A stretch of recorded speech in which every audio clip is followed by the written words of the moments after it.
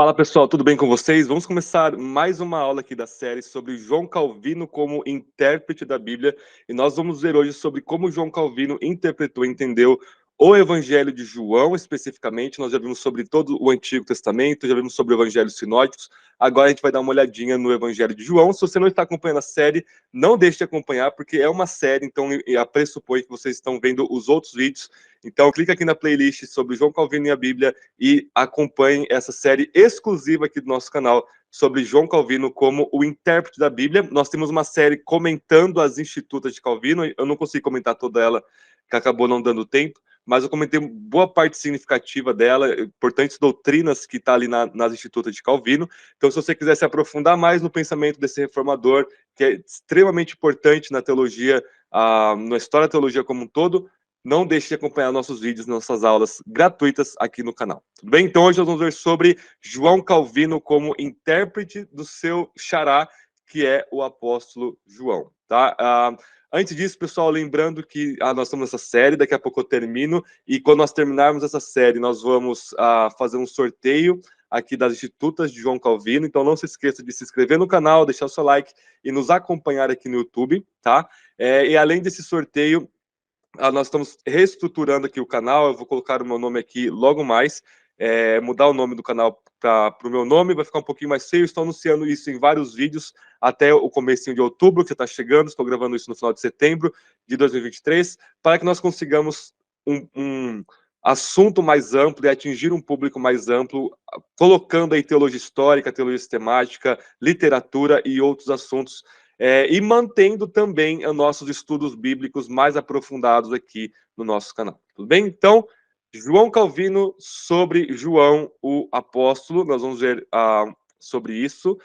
Além de eu comentar um pouquinho sobre o comentário de João Calvino sobre o apóstolo João, eu vou fazer uma ponte entre o comentário de Calvino e a recepção de João ali na Reforma Protestante, com a recepção mais contemporânea dos comentários de João hoje em dia, especialmente, obviamente, né, na ala evangélica que crê na palavra de Deus, portanto, teologicamente conservadora nesse sentido, tá? Então, vamos lá, pessoal. João Calvino, ele escreveu esse comentário, mas antes disso, ele deu uma série de aulas sobre isso, e essa série de palestras ou de aulas que ele lecionou foi uma das primeiras que ele deu na sua carreira, que foi em 1539, lá na Academia Humanista de Johann Stearns, em Estrasburgo. Okay? Então, essas primeiras palestras, elas formam o background, aí, o esboço, o esqueleto do que veio a ser depois o seu comentário de João. E nesse comentário de João, pessoal, basicamente, João Calvino está nos seus anos mais conturbados ali em Genebra, e ele dedica isso àquele corpo governante de Genebra, aos magistrados ali, que, na sua grande maioria, eram contra o reformador, e ele tenta ali se explicar nesse sentido, tá? Então, ele faz essa ponte aqui para dialogar com o pessoal ali da sua época, tá? E vejam, ele escreve e ele se preocupa com João antes dos evangelhos sinóticos. Então, na aula passada a gente viu sobre os evangelhos sinóticos. João, ele é anterior, só 2 anos depois que ele escreve sobre os evangelhos sinóticos, e desde que ele escreveu sobre Mateus, Marcos e Lucas, depois disso tem sido publicado juntos os 4 evangelhos, Mateus, Marcos e Lucas, junto com João, nos comentários de Calvino, mas o comentário de João é a parte, e ele é anterior, tá? Ele é anterior. Então, ele harmoniza Mateus, Marcos e Lucas, que é uma tradição milenar da igreja, desde Tassiano, lá no Diatessaron. Eu fiz uma crítica a isso no vídeo sobre o comentário de Calvino dos evangelhos, né? Mas eles tentam harmonizar Mateus, Marcos e Lucas. E João, Calvino escreveu anterior, né, aos evangelhos sinóticos. Isso quer dizer que, para Calvino, já pegando um insight aqui, para Calvino o que nós temos é João como a chave de acesso, ou a chave hermenêutica, ou a chave interpretativa para nós conseguirmos entender Mateus, Marcos e Lucas. Então, na ordem cronológica, hoje em dia, a recepção dos evangelhos, nós temos Marcos como o primeiro a ser escrito, Mateus e Lucas usando bastante Marcos e usando fontes diferentes e independentes, né? E João vindo depois, não se valendo ali das mesmas fontes que Mateus, Marcos e Lucas, escrevendo algo diferente nesse sentido teológico, no sentido de diversidade, não no sentido de contradição, tá? Porque tudo é harmônico, porque tudo é palavra de Deus, tá? Então, para Calvino, por que para Calvino e para muitos reformadores ali, João é a chave de acesso, é a porta de entrada dos evangelhos sinóticos? Porque eles entendem que João, ele acaba enfatizando mais a questão da fé enquanto o único instrumento da palavra de Deus. Então, por exemplo, o que Paulo usa muito o substantivo pistes, né, fé, João usa muito o verbo crer, e é através do crer que nós temos a salvação, né? E nesse sentido, pessoal, o crer, ele é proeminente no Evangelho de João, o verbo, a ação de você colocar a sua confiança em Jesus, né? E existe uma virada na recepção dos evangelhos na Reforma Protestante em questão de ênfase, tudo bem? Por quê? Na patrística, os pais da igreja, os primeiros séculos, e na Idade Média, o que nós temos de recepção do Evangelho de João, obviamente, é nos debates trinitários e cristológicos, ou seja, a relação de Jesus com o Pai. Então, o Evangelho de João começa no princípio, era o verbo, né? O verbo a gente sabe que é Jesus, o verbo estava com Deus e o verbo era Deus, né? Então, a relação do verbo do Deus Filho com o Deus Pai, e também nos debates cristológicos sobre a divindade plena e absoluta e a plena igualdade de essência do Filho com o Pai, junto com o Espírito, obviamente, né? Então, existe esse foco trinitário cristológico na patrícia e na Idade Média, porque eles estavam estabelecendo ali a doutrina, e eles estavam, portanto, debatendo com todo tipo de heresia trinitária e cristológica. Só que na Reforma, quando isso já estava muito bem estabelecido, estavam apenas passando tradição para frente, né, recebendo e repassando, muda-se o foco de cristologia para soteriologia no Evangelho de João, tá? Então é claro que o Evangelho é sobre Jesus, mas não é apenas uma ideia, uma filosofia abstrata ou apenas um essencialismo sobre Jesus, no sentido de, estou mostrando aqui para vocês sobre quem é Jesus, tá? Não, o foco em mostrar Jesus é gerar fé e salvar os leitores, salvar quem está recebendo aí o Evangelho. Tanto que esse é o propósito do Evangelho de João. O Evangelho de João deixa claro para que ele foi escrito. Lá no capítulo 20, verso 30 e 31, diz o seguinte: Jesus, na verdade, realizou na presença dos seus discípulos ainda muitos outros sinais que não estão registrados neste livro. Estes, porém, foram registrados para que possais crer que Jesus é o Cristo, o Messias, o Filho de Deus, e para que crendo tenhais vida em seu nome. Então, nós temos essa cadeia soteriológica. Nós temos uma apresentação de Jesus enquanto Messias, validado pelos sinais. E aí, João, do capítulo 1 até o capítulo 12, nós temos ali sete sinais que culminam na ressurreição de Lázaro, né? Depois você tem a preparação para a crucificação e ressurreição de Jesus, capítulo 13 em diante, né? Lembrando que o capítulo 3 ao 17 acontece ali no cenáculo, na última ceia, esse grande discurso, vários discursos de Jesus ali. Depois você já tem a traição, crucificação, morte, sepultamento e ressurreição de Jesus. E aí essas aparições pós-ressurreição também você tem aqui no capítulo 21, né? Capítulo 20, 19 em diante. Então, João coloca para nós, olha, eu estou mostrando Jesus como Messias, o Filho de Deus, retrabalhando a categoria de Filho de Deus em termos de igualdade a Deus o tempo todo no Evangelho de João. E o que nós temos não estou apresentando isso apenas como uma abstração, mas para que vocês creiam e crendo vocês tenham vida, ou seja, vocês sejam salvos, tenham vida espiritual e vida eterna aqui e agora nesse sentido. Tá? Então, quem começa essa leitura soteriológica é Philippe Melanchthon, um dos grandes reformadores também, amigo de Lutero, né? E Calvino, ele meio que culmina essa tradição reformada da recepção de João, mostrando que sim, João é para mostrar Jesus para nos salvar, não apenas para nós ficarmos especulando e debatendo, tá?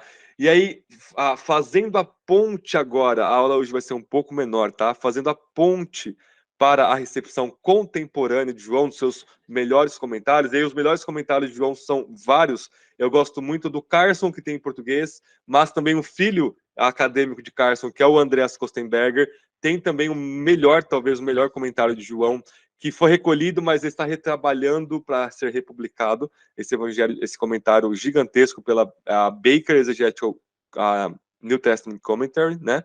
A série lá da Baker, que é maravilhosa a série, e o comentário também é maravilhoso. Então, dentro dessas várias recepções, existem vários artigos sobre a estrutura do prólogo joanino, que é o prólogo joanino? É a introdução do Evangelho de João, que são os primeiros 18 versículos do capítulo 1.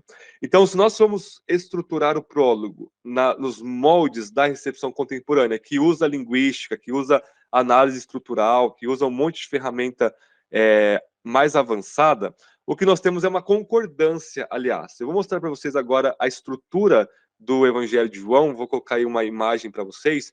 E o que nós temos, pessoal, é um quiasmo. O que é um quiasmo? Um quiasmo, basicamente, é o modo predominante de estruturação de texto do Antigo Testamento, mas também no Novo. É um modo hebraico, basicamente, de pensar e escrever, onde você tem não uma linearidade, começo, meio e fim, como na tradição ocidental, herdeira dos gregos, né? Mas nós temos uma estrutura onde a primeira parte é paralela à última, a segunda a antepenúltima, a terceira a antepenúltima, né? Então a segunda a penúltima, a terceira a antepenúltima, e você tem um centro. Então você tem esses casamentos de primeira parte com a última, até que você vai fazendo uma imagem mais ou menos como um sinalzinho de mais aí, né? E o centro, na verdade, normalmente, nem sempre, mas o centro normalmente é a coisa para a qual o autor quer nos chamar a atenção, tá? Então, se você ler o Evangelho de João, o prólogo, os primeiros 18 versículos, linearmente, você não vai entender nada. Mas o que o João começa a falar de Jesus, ele fala de João Batista, ele volta a falar de Jesus, e ele fala de João Batista de novo, parece uma bagunça interminável, ele termina falando de Moisés e Jesus como a revelação do Pai. Você não está entendendo porque você está lendo de forma errada, você precisa ler em forma quiástica, em forma de quiasmo, tá? E aí, nesse quiasmo que eu estou colocando aí para vocês, o que nós temos é a atividade da palavra na criação, ou seja, qual a função de Jesus na criação do mundo. Verso 1 ao 5, ele é o Criador. Então, tudo foi feito por meio dele, nada do que foi feito se fez sem ele, ele é a luz do mundo e por aí vai. Então, ecoando novamente Gênesis capítulo 1, o que Jesus estava fazendo na criação? Ele estava criando, ele é co-criador junto com o Pai. A outra parte, que é o azinho com apóstrofo, que é a parte que faz o casamento, né, a junção paralela aí com a primeira parte, é o verso 16 ao 18, que vai falar da função de Jesus na revelação. Qual que é a função de Jesus na revelação? É ele quem nos revela o Pai. Né? No grego, ele faz uma exegese, ele interpreta, ele mostra o Pai para nós. Porque ele, como sendo Deus, tendo encarnado, ele é o único que consegue revelar-nos Deus de forma completa, salvadora e pessoal e também verdadeira. Tá? E aí nós temos testemunhas que são chamadas. João Batista ele testemunha sobre a luz, no verso 6 ao 8. E aí no verso 15, imediatamente anterior ao verso 16, eu tenho o testemunho de João Batista sobre a preeminência do verbo. Ele já existia antes de João Batista, né? E aí no meio do quiasmo nós temos aí a encarnação da palavra e o privilégio de se tornar filho de Deus, verso 9 ao 14. Então, o centro é o verso 9 ao 14. Entretanto, pessoal, alguns estudiosos vão ainda colocar mais uma divisão nesse quiasmo, o que eu vou acabar concordando, que basicamente vai falar da vinda de Jesus ao mundo, né? Então, aqui no capítulo 1, verso 9, a luz estava vindo ao mundo, ela acabou não sendo reconhecida, verso 9, 10 e 11, né? E aí no verso 14 você tem a encarnação do verbo, e aí sim, nós recebemos dele plenitude de graça. Então o quiasmo nem sempre é um paralelo de sinônimo, às vezes é um paralelo de antônimo. Então a luz estava vindo ao mundo, mas os seus o rejeitaram. O verbo se encarnou, a outra parte do quiasmo é o verso 14, e nós vimos a sua glória, nós recebemos a sua graça, nós respondemos a ele com fé, basicamente. E aí o centro do criado seria mais especificamente, com mais detalhamento, o verso 12 e 13, que fala: mas todos que o receberam, os que creram no seu nome, deu-lhes o poder, a prerrogativa, a autoridade, a exousia no grego, de se tornarem filhos de Deus, os quais não nasceram de linhagem humana, nem do desejo da carne, nem da vontade do homem, mas de Deus.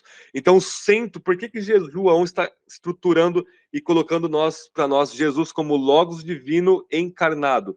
Para mostrar para nós qual é a forma correta e as formas incorretas de nós sermos filhos de Deus. A única forma correta é pela fé nós sermos transformados pelo seu poder em filhos de Deus. Formas erradas é você achar que você é filho de Deus por vontade humana, pela linhagem humana, por tradição humana e por aí vai. Então, os estudos contemporâneos vão acabar concordando com essa recepção reformada de Melanchthon e de Calvino sobre João, de que o foco é o Evangelho, O evangelho é sobre Jesus. Jesus, ele é ele é o evangelho, a sua morte e ressurreição é o centro do evangelho, mas isso não é uma abstração, isso é uma notícia boníssima, muito boa. A única notícia que é boa e de verdade no sentido supremo da coisa, né? A bondade das outras notícias depende da sua relação com essa boa notícia, e sendo uma notícia, ela precisa ser respondida, e ao ser respondida de forma apropriada, ou seja, com fé e não pelas obras, nós somos salvos, nós temos vida eterna aqui e agora. A vida eterna escatológica, ela é inaugurada no momento que nós cremos, e tendo a vida eterna uma vez, é impossível de se perdê-la, pois ela é eterna no final das contas, tá? Então, pessoal, espero que vocês tenham gostado dessa ponte da recepção de Calvino sobre João, espero que vocês tenham aprendido um pouco, não só sobre Calvino, mas mais importante, sobre o Evangelho de João, especialmente o prólogo e o propósito dele lá no capítulo 20. E continuem acompanhando nosso canal, porque o próximo vídeo vai ser sobre Calvino e o apóstolo Paulo, que é a seção mais importante da Bíblia para nós entendermos Calvino. Calvino é um teólogo paulino, por assim dizer. Então, repito o chamado, se inscreva no canal, deixe seu like, compartilhe esse vídeo com mais pessoas, se você está achando esse conteúdo relevante e edificante para sua vida, e acompanhe notícias aí e novidades no nosso canal. Deus abençoe, até o próximo vídeo.